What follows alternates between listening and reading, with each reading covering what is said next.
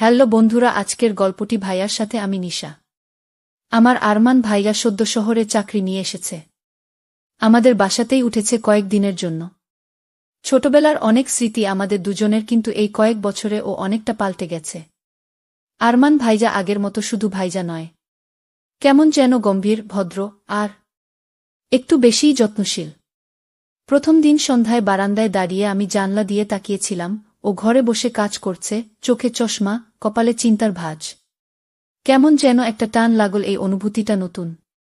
রাতে ডিনার শেষে ও নিজে হাতে আমার জন্য গরম দুধ নিয়ে এলো। বলল, তুই ছোট থেকে দুধ খেতে ভালোবাসিস, ভুলে গেছিস? আমি অবাক হলাম। এই ছোট্ট কথার মধ্যেও এত মায়া, এত খেয়াল। সেই রাতে আমি ঘুমোতে পারিনি। মনে হচ্ছিল আমার পরিচিত ভাইজাটার মধ্যে যেন অচেনা কোনো এক অনুভূতি জেগে উঠছে, আর সেই অনুভূতি আমাকেও ছুঁয়ে যাচ্ছে।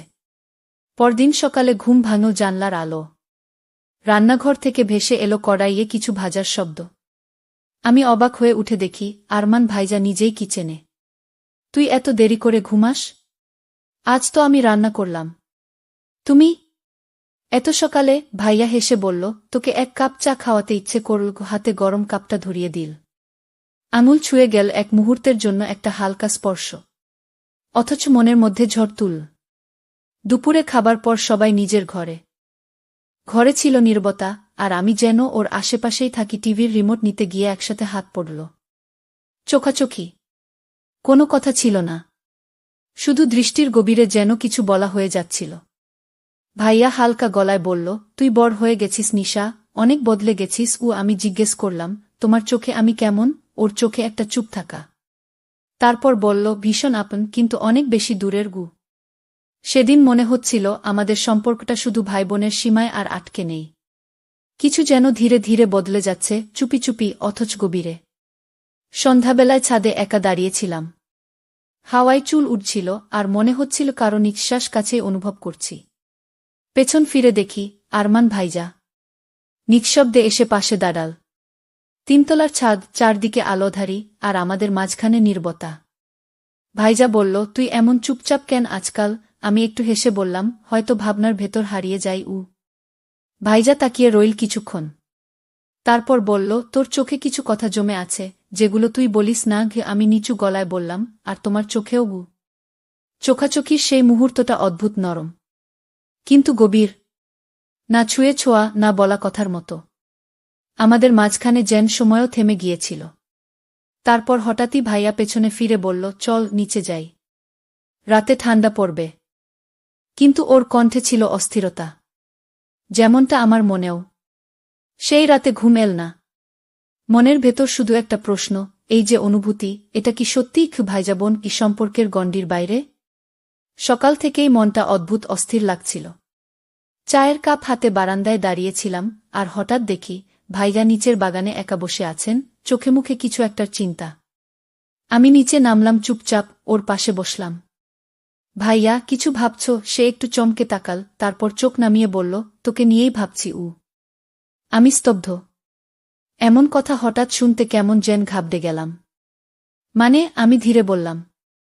ভাইজা চোখ তুলে বলল, কখন যেন তুই শুধু বোন থাকিসনি, এখন তোকে দেখলে বুকের ভেতর অন্যরকম লাগে। তুই কি এই অনুভূতি বুঝিস না? আমার শরীরটা যেন হালকা কেঁপে উঠল।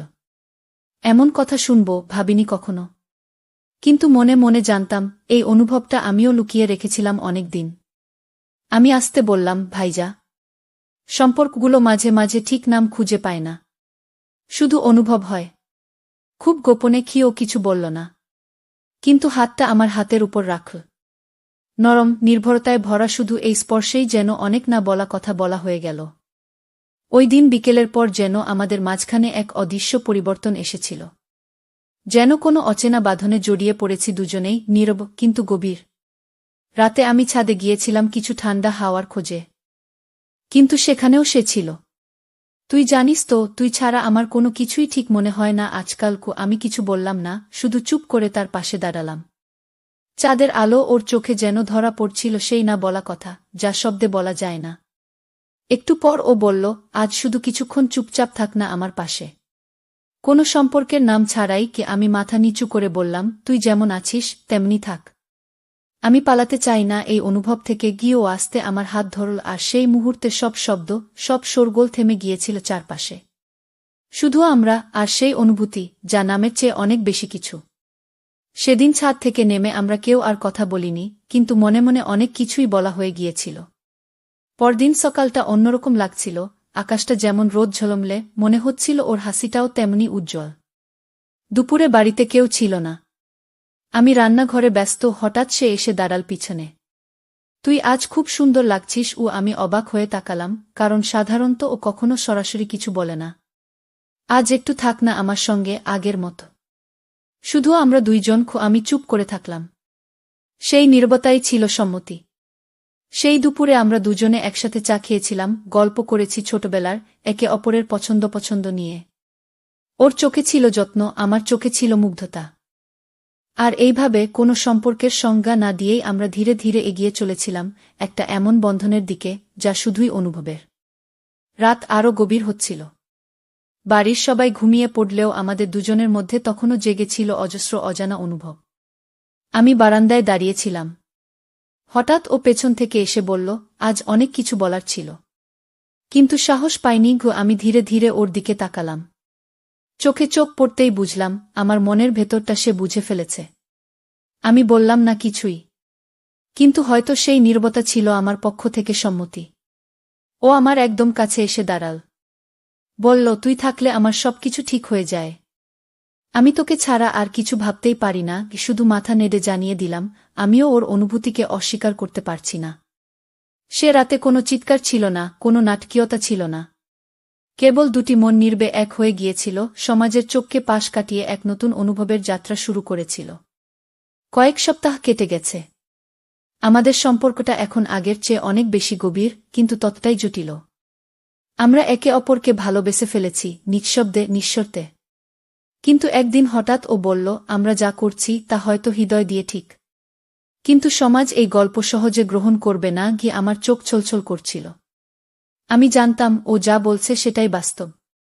ভালোবাসা কখনো কখনো আত্মত্যাগ চায়, ত্যাগ প্রকাশের চেয়ে বড় হয়ে ওঠে। আমরা সিদ্ধান্ত নিলাম, নিজেদের অনুভূতিকে সম্মান জানিয়ে বাস্তবতাকে মেনে নেব। ভবিষ্যতে একসাথে না হলেও আজীবন একে অপরের অনুভব হয়ে থাকব। তো বন্ধুরা, ভিডিওটি ভালো লাগলে কমেন্টে জানাবেন। এই রকম ভালোবাসার গল্প শুনতে চাইলে চ্যানেলটা সাবস্ক্রাইব করুন এবং পাশে থাকুন আর আপনার বেল আইকনটা বাজিয়ে রাখুন, যাতে নতুন ভিডিও আপলোড করা মাত্র আপনারা দেখতে পারেন।